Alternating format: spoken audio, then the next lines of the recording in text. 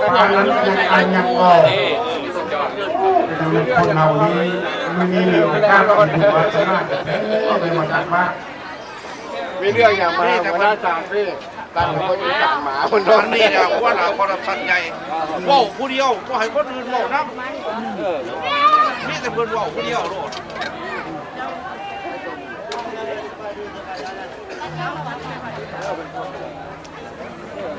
เชิญเชิญมาตักบาตรจะนำกำลังตักกับท่านคนยังไล่กับมันเลย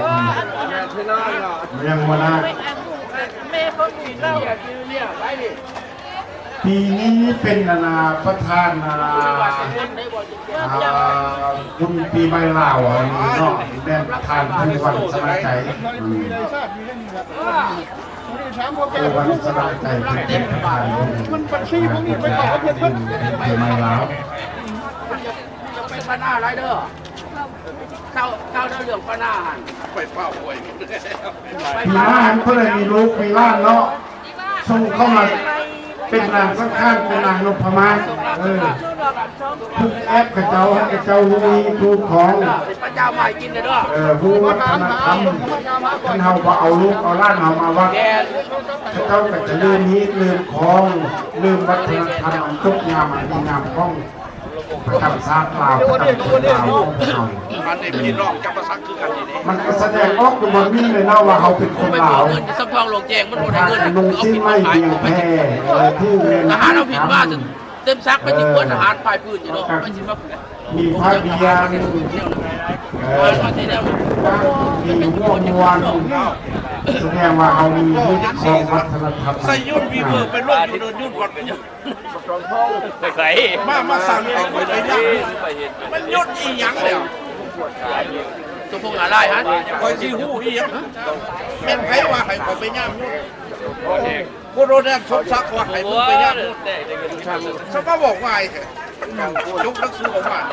เอาหนังสือทางออกอ่านก็จะเป็นคนไทยผู้บัญชาการเขตน้อยมาสั่งการเป็นย่ามยุ่นเป็นย่ามอยากยุ่นปัญหามนุษย์จะใส่ย่ามใส่ปีนมันได้ว่าเลยเร็วนะทหารว่าเนี่ยทางลงมาเป็นนาโมเสสคนร้องเดียวคนว่าเอาเงินใส่แน่คนว่าน่ะ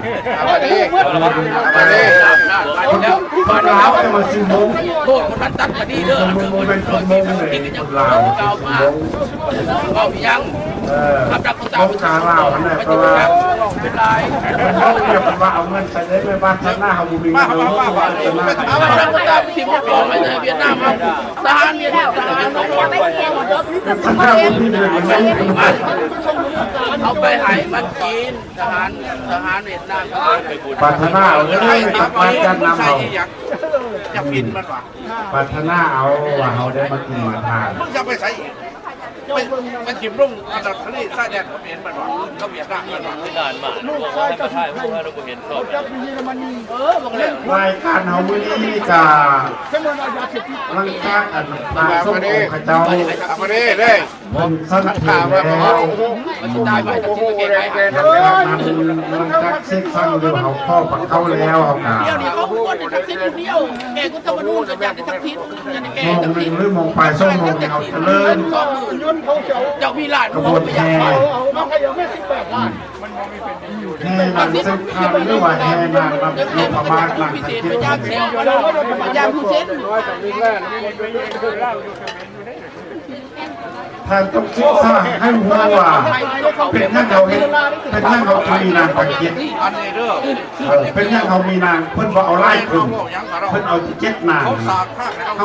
เขาต้องศึกษาเขาต้องรู้ว่าเจ็ดนางมันมาจากไสนิทานโบราณลาวเขามันเป็นอะไรเพิ่นยังเอาเจ็ดนางแล้วเพิ่นพิกอัพคนผู้เดียวแปลว่าให้เป็นผู้ที่หนึ่งแล้วเป็นหัวหน้าหมู่นะแปลว่าลูกผู้เดียวได้ลูกนั่นลูกผู้เดียวเป็นเอ้ยเป็นน้องกันไหนนั่นพลาดไปมันเอาพักแก้วเอาความว่าของเราไปให้เดี๋ยวเพิ่งเกิดหน้าชาติอีกเพิ่นมาได้มาสัญญาเขาบอกเขาเพิ่นสิเอานางสาวเราก็ไล่เพิ่นย่างเอาทุกคนอยู่คนกรรมการที่ทักบางสิ่งที่พวกเราแม่เอาตามนี้ตามของเด้อ ตัวการเมืองนี่คือ พ่อแม่ได้เขาบอกอันไหน มาว่าพื้น มาได้เขามาแปลว่ามาได้เขามาแปลนี่หนึ่งอยู่ให้ทักษิณสองเพราะว่าวัฒนสุดเขียนทักษิณว่าทักษิณจะพอแก้วเจ้าเด็ก อันอยู่ประเทศลาวเมืองลาวของแท้โอ้ยก็เป็นนิ่งกันยัน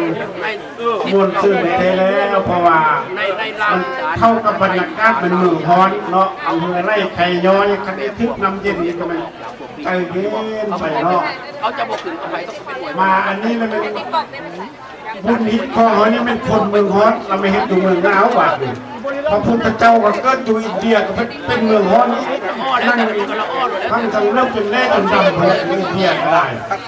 วันนี้ก็เอามาเห็นอยู่เมืองฮ้อนแล้วมันเข้าบรรยากาศกันฮอตรักกันพระไร่มันสันดอกดอกโรยชีวิตไปเรื่อยกันเพราะว่าไม่มันเจ็บหนาเพราะว่าไม่วันนี้ก็อยู่เมืองลาวนี่โอ๊ยผลดิ้น7 มือเลยอยู่โลกพะบางนี่ก็เจ้าดิ้น15 มือ ที่ขาดเสียเทค มีแห่ขึ้นแห่ลงมีไปดอนทรายมือคุณ มหาอำนาจจริงเป็นประเทศลาวเป็นประเทศอื่นมันก็จะอ่านให้เราแต่เขาจะเป็นเกมเป็นอะไร มันก็เป็นการนะบอกว่า ฮัลโหล ความเก่าเรา งานนางเจ้าบวกคำเป็นข้อประกาศ เขาเป็นแต่งตัว ให้ทาคุย คือเทศเพน ที่เพิ่นเป็นกำกับอนาวัดอนา กำกับกระบวนแห่นะแห่กำกับแปลงรถแห่นั่นน่ะให้มาพบกัน อยู่ใช้อะไรอยู่ไป เราไปให้อาจารย์เอาไปเค้นให้เพิ่น โบ เลย ราณโบราณเขาได้พิษแล้วปากเลยสำคัญได้ปาก แล้วเขาว่าจะรถกระบวนแห่ยังบ่ทันแล้วสมบูรณ์เดียวกันเพิ่นว่าให้มากำกับให้มาแปลงนี้ บอกให้ว่าความเก่าความลังแรกก็แล้วไปมันผัดบ่แล้วข่อยยังเห็นในตาข่อยอยู่เยอะกว่าสิแล้วเนาะ เบิ่งผู้ใดกระเบิกบ้านมนต์ชื่นเนาะโอ้ยมาพบกันบุญปีใหม่บ่แท้เพิ่นว่านะ 30 ปีการปฏิวัติ โดนเห็นอันชื่อนึงแหละเพิ่นว่าเรามาเจอกับบุญปีใหม่ลาวอีกโอ้ยโชคดีเรื่องวาสนาดีขอให้ทานสุขภาพเข้มแข็งเด้ออายุมันยืนยาวทำพระพุทธศาสนาเป็นโฮมโพโฮมไซให้แก่ลูกแก่หลานให้เป็นแบบอย่างเขาแบบอย่าง เขาได้หูก็ได้ ให้ลูกให้หลาน อย่าไปว่าน้ำเขา ลูกหลานดื้อก็บอกให้หายได้สัญญาณลูกหลานเขาจะหายไปนานมันเป็นตลอดให้เจ้ามาโกปี้เลย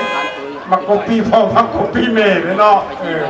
ท่านว่าพ่อแม่เห็นออร่ามันจะลูกกินออร่าทำท่านพ่อแม่ไปกินแต่แฮมเบอร์เกอร์ว่าสิเขาเต็มเบอร์เกอร์คิงว่าสิเขาเจ้าก็กินไปเหล่านั้น อันนี้คือการเนาะเขาพาลูกพาหล้านมาวัดเจ้าก็โกปี้เขาเด็กออกเจ้าก็มาวัดมาทำบุญที่พ่อที่แม่เป็นว่าแต่2-3ดอกพันตำรวจเอาเท้าตุยเอ้ยวันนี้คณะกรรมการนั้นรถเจ้าต้องการพบเจ้าเพราะว่ามันยังบททันแล้วถึงยังบงามที่ว่าฉันเป็นว่าคนเทศงามงามปีนี้เฮ้คนแม่บ้านแม่เมืองเฮ้เห็นบงามมันก็จะได้กับผู้ทรงเกียรติแล้วเว้ยวัดลาวพุทธลังสีเฮานี่บนเป็นวัดน้อยวัดขึ้นกับองค์การทรงลาวพุทธศาสนาสัมพันธ์ของลาวอเมริกันอยู่ในภาคพื้นนี้เนาะใน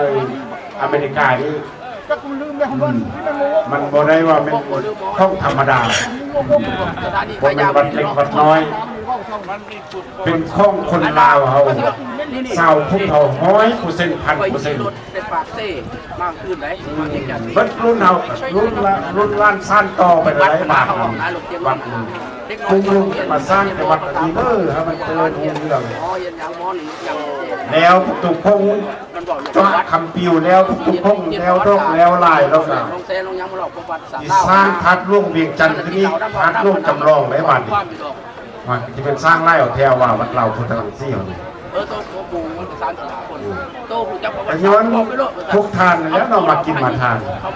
เงินได้มาจากไซแต่ได้มาจากชาวพุทธนี่แหละทานแล้วโมได้เสียจากบ้านจากเซนโมเข้ากระทงโมเข้าท่องไฟเอามาสร้างวัดเซนไหนบาทในบ้านพุทธเห็นมาวันนี้เห็นได้บาทแปลว่ามัน ละเอียดขับตัว มันหามปีตุกสาว แม่เกี่ยวกับนี้ มันกลายมาแล้ว ตอนนี้ไปหาคน นี่ปฏิโมทคือได้หมดเ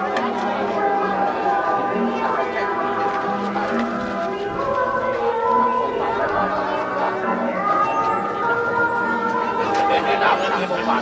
มันบริผ่านทางกลางครับและสองแปลงทางใต้เพราะว่าเห็นที่เห็นว่าคนพันหลายเป็นที่กี่ตัว โอ้ยมันก็มีอย่างต่างประเทศที่ปานอีกแล้ว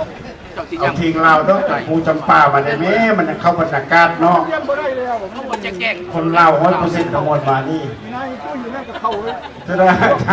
อาจารย์ลิศจะได้เอาเพลงลาวมาเว้ยกระเจ้าติด แล้วก็พอดละมุง มาจากฝั่งสมัยต่างประเทศไรนะมือนี้มือวัฒนธรรมเราเขาจะเอาเรามันถวาย ท่านมาเขาอ่านพอครับเขาตีเขมิ้นเลยแล้วเพราะว่าตีเขมิ้นเพราะมันเป็น ตั้ง เข เพล มิ้ ง น สักคนว่าบ่ได้เลยมันลูกล้านลืมเพลงลาวไปหมด เห็นว่าตีเหล้า ร้องก็ร้องภาษาลาวเราเป็นเรื่องมือนี้เนอะ ตีเหล้าทดสอบอยู่ เพ ใกล้ ราะว่าเอา พ มื ว อก รักเป็น คั ข ก อง ๆ ใค ร ร ถ จากเพื่อน เออ พวกรักก็วัดทดสอบพวกซื้อ มันนี้ลูกล้านเขาก็ลืมภาษาลาวไปเลยอันลูกล้านเขามันเก่งโพดเรื่องภาษาอังกฤษนั่นน่ะมันเก่งโพด เหล้ากับพวกไป จนว่ากายวัฒนธรรมกระเจ้าไปเนาะวัฒนธรรมอยู่เมืองนี้นั่นนึงกระเจ้าเฮ็ดกายเป็นคนนั้นลูกบ้านเราเออ อยากให้ประเทศได้แน่ว่าไข่สูง ทำสลาดช่งลูกบ้านเรา เหล้าสูงจากการสัตว์มาเราจะทำขั้นต่อสิ่งที่ศาสตร์ดีๆใครจะลงทะเบียนอยู่ตรงไหน ขอประกาศเด้อตุ้ยมหาจะทำอยู่น่ะรถแห่สักคันเด้อทำเรียกเข้าหนังนึงอยู่ซ่อนแล้วก็มาตุ้ยแล้วก็มูตัวตุ้ยแล้วกันนะ สิบประจำวัน เขาทำเราตุ้ยจริงๆพูดเป็นตุ้ยมาหมดเลยเหรอว่าพูดจอยเป็นมาหมดเลย เขาหลอกวันจับขึ้นรถแบบนี้ เท้าตุ้ยทุกแต่งรถมันผู้อันตกแต่งรถนั้นเราต้องการพบนาคันว่าตุ้ยมาว่าชิป้าตัวคนตุ้ยก็มีอยู่นี่จักมันอะไรบ้านี้เขาเจ้าที่พุ่งกันมาแล้วมีคนดูสมแล้วคนตุ้ย การเมื่อเขาก็ว่าเขาถือซอยเจ้าสิถ้าเจ้าเห็นกันสั่นกัน พอยกอันเล่นเนาะซับภาษาลาวเขานี่มีลายเนาะซับภาษาลาวนี่มันมีลาย เจ้าเห็นไม่ลง จับตีของเจ้ามันบอกจะได้จะเอาตัวหลอดได้ มาเสียงโซกเสียงซีบางเนื้อในปัจจุบันมีคนกำลังมาเสียงโซก มีไฟกว่าจะกินได้ เสียงโซกนั้นคนบทจำกัดว่าโอ้ให้ปอนเท่านั้นดอนเท่านี้เส้นเป็นโบว่าได้ไหมเพิ่นว่าเอาที่ศรัทธาเพิ่นว่า มีไฟเด้อมันบ่มีไฟ ศรัทธาโตกว้างปารมีเป็นหลาย ใจข้ามเดียวนะ เ คนเขาอยู่ใน เขานี่ทึกนัมเบอร์6เลือกเอารถทึกนัมเบอร์6ทึก ไม่กิน นัมเบอร์ น้ำมันบ่ได้สากลงแห้งตายไว้มีลมหายใจบ่ 6ทึกนัมเบอร์6นี่โอ้ครับอ่านมาเรียนเบิ่งเนาะ ได้มันอ่อนหลาย ว่าคือว่าบอกจังสี่ซะเข้าบนนั้นนักอุตสาหมันเป็น เชิญเด้อเชิญมาตักบาตรเด้อ บอกนักอุตสาหนักการขั้นเขาโมหิตเขาบอก มาตักบาตรวัดลาวพุทธลังสีให้มาทุกปีเลยวันสิ้นวันพรเนี่ยจะให้มาอืม เอาประกาศบ่หรือว่าลาว บ่มีเงินบ่มีทองมันก็ได้เพิ่นว่ามาปอนเข้าปอนนำหรือว่าเอาจิตใจมาหรือมาเบิ่งก็ได้มาเที่ยวเบิ่งว่าโอ้วัดเท่านี้มันต่างตาไปแล้วเด้ปีนี้เพิ่นได้สร้างได้ทราบไปหลายแล้ว ไว้ใจจะคิด บางคนนั้นบ่มาเบิ่งปีนี้ตื่นที่เพิ่นน่ะคนเลือกเขาขาด2คนคุณ ตื่นเพิ่นว่าโอ้ต่างไปหลายเพิ่นทุกคนนี่กำลังสร้างเด้อ หมอเขาละตา นี่ไปไม่รู้บนนี่2คนคุณเขา โอ้ยบัดนี้เพิ่นบ่ให้ประกาศตื่นเนาะ คนยังไงไหน เพิ่นว่าจักข้อสาวนุ่มไปยกผักเข้าแน่ว่าซั่นเพิ่นว่า การนี้ ไปยกผักเข้าซอยเพิ่นแน่เพิ่นว่าถ้าว่าเพิ่นได้อยู่นอกกัน เขาขา เพื่อนุกกระดาษ มันกิน บอกเพื่อนุกกระดาษ สบายดีปีใหม่ ได้การบุญทับก่อน เพราะว่ามัน อันนี้เคยอยู่กันเคยจักกันวัด มันไม่มีจักรทวีครับเรียน อ้าววันนี้กรรมการนั่นรถยังอยากได้ตื่นผู้นี้เท่าตั้งว่าซั่นเพิ่นว่านะเท่าตั้งไปซอยกับเจ้าแน่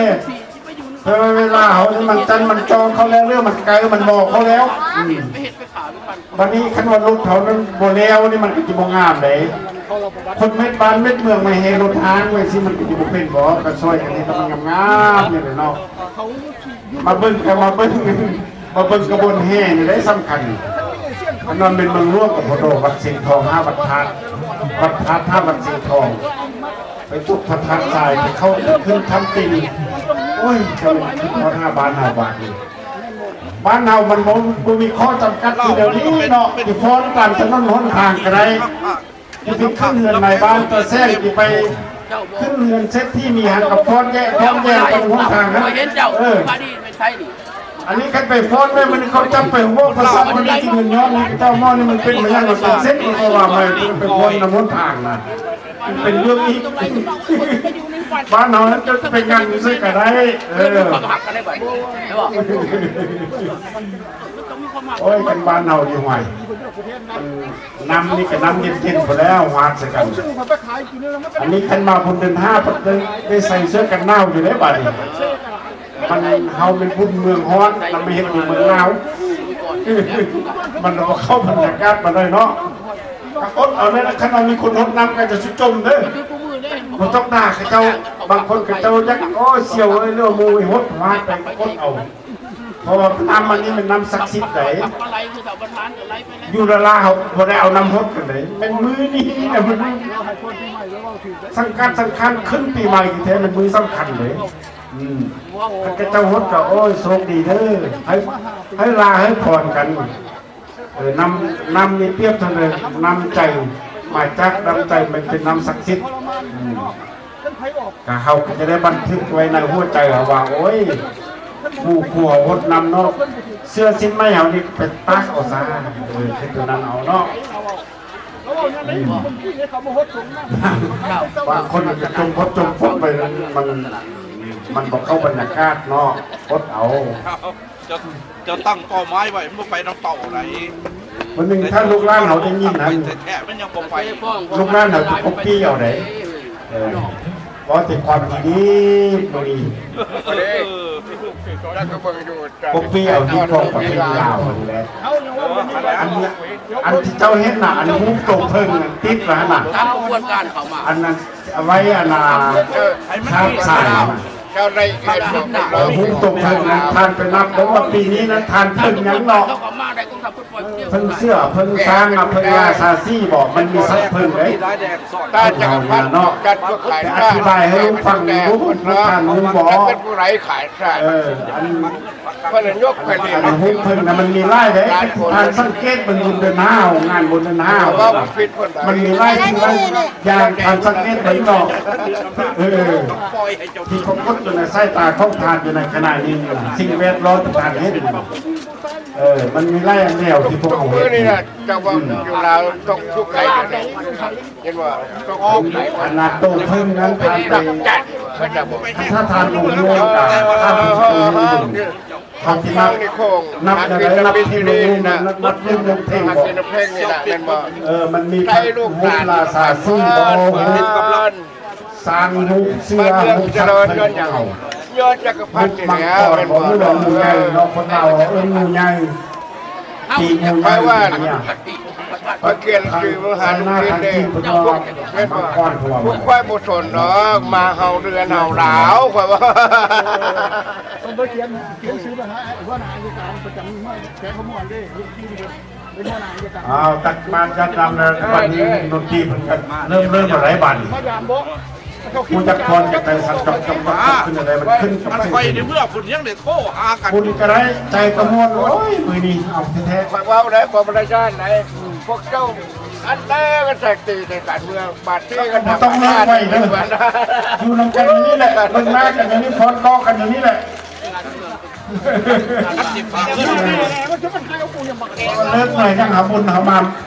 านี่เด้อจันเอาเธอตั้งใจมาแล้วอ่ะบนกันนี้จะกินข้าวกับซื้อกินตลาดนี่ผมต้องเลิกเลยอยู่กันเลิกลูกพร้อมกันคนละแป๊กเกาโมงคนไหน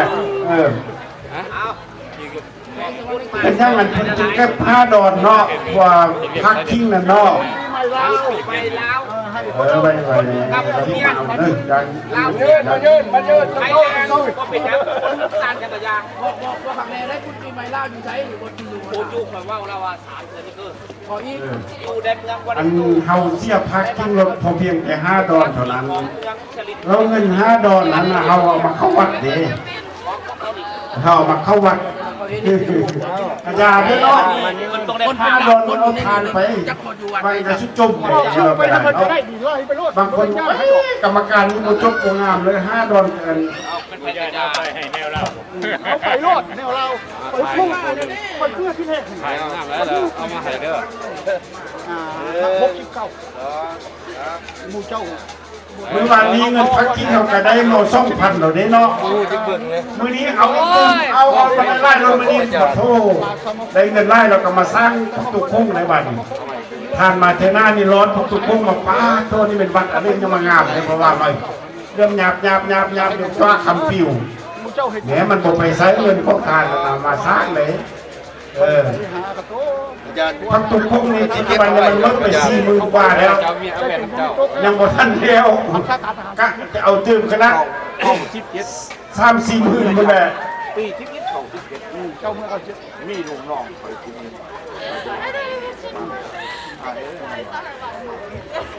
ท่านบอกว่าควบดีเจ้า จังบ่ฮอดบ่ตู้ ทุกสิ่งทุกอย่างท่านมาคอยคุยแบบว่าเจ้าตาย อ๋อนี่เพิ่นมาตกไปใบสิ่ง4ใบที่7เพิ่นว่า เขาหู เจ้า ใบที่7ใบที่7ชื่อ อัดใส่กันแล้วเขาเจียว มีลา ปากพวกเราจะเปล่าออก ไปประพาสดูบึงสวรรค์โอ้อัศจรรย์บุญพานนี่มาบ่ลำบากทำน้อยได้หลายการซื้อค่ายดีไล่ปีนี้ สลายรักแหนม ของเรา ถ้ำลูกนี้วาบอนางสิเห็นถ้ำขอบเข้มศัตรูบ่มีทานผู้ใหญ่ช่วยอุปธรรมโอ้คงทานดีเลยนี่นะดีไล่ทานมาเอาไว้เด้อเอาไว้เมื่อไว้บูชาเพื่อนคนนี้นะตอนที่7ในดีไล่ไปพบพาเมืองสวรรค์ก็เป็นเมืองมนุษย์คนนี้แหละเนาะ เจ้าผู้จักคอยเจ้า สวรรค์นั้น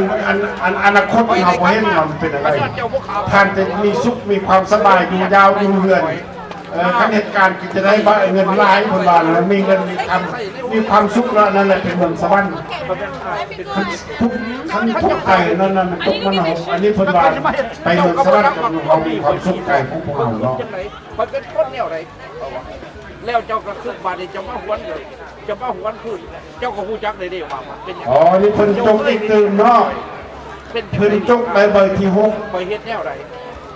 ให้เสียงได้ไม่เล็กที่6ตกส่วนนาซามเอาคืนตัวตายที่แท้เนี่ยเราไม่เก็บตัวตายอยากจะไม่เงินยาวโลคาทานให้ดีทัดเทียงบุมีเก็บบุมีโลกบุมีโลภัยโลคาลูกโชคลาภนั้นมีแท้จัวประมาณคุ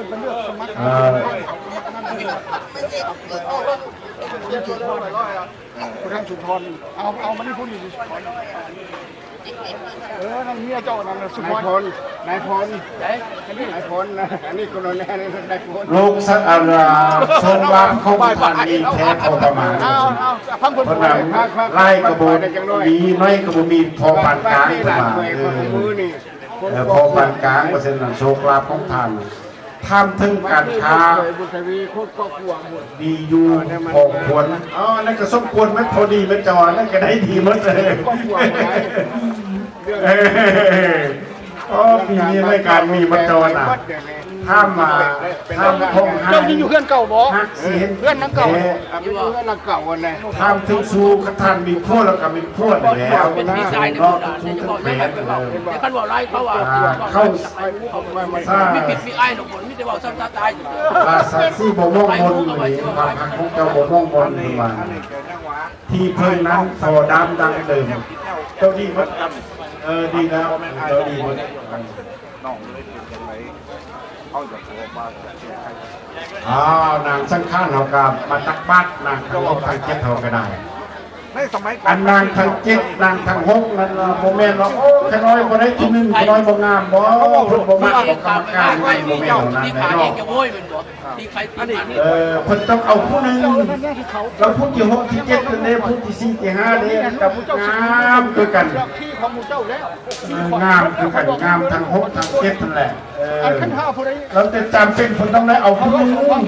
ที่อัพเอาผู้หนึง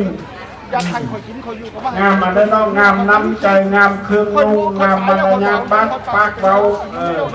งามเนี่ยนุ่งสิ้นไม้เดียงเดียงผ้าแพรเรานั่นแหละเป็นมางามงามมันชุดแฟชั่นของเราเนี่ยสุดประจำสากเรา ต้องทำบน